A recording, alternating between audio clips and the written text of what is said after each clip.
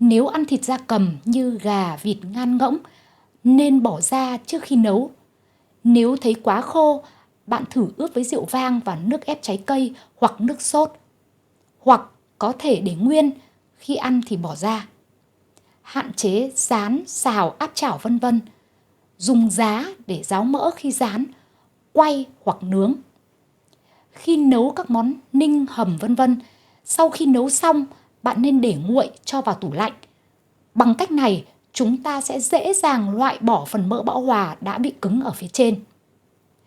Sử dụng các loại dầu thực vật dạng lỏng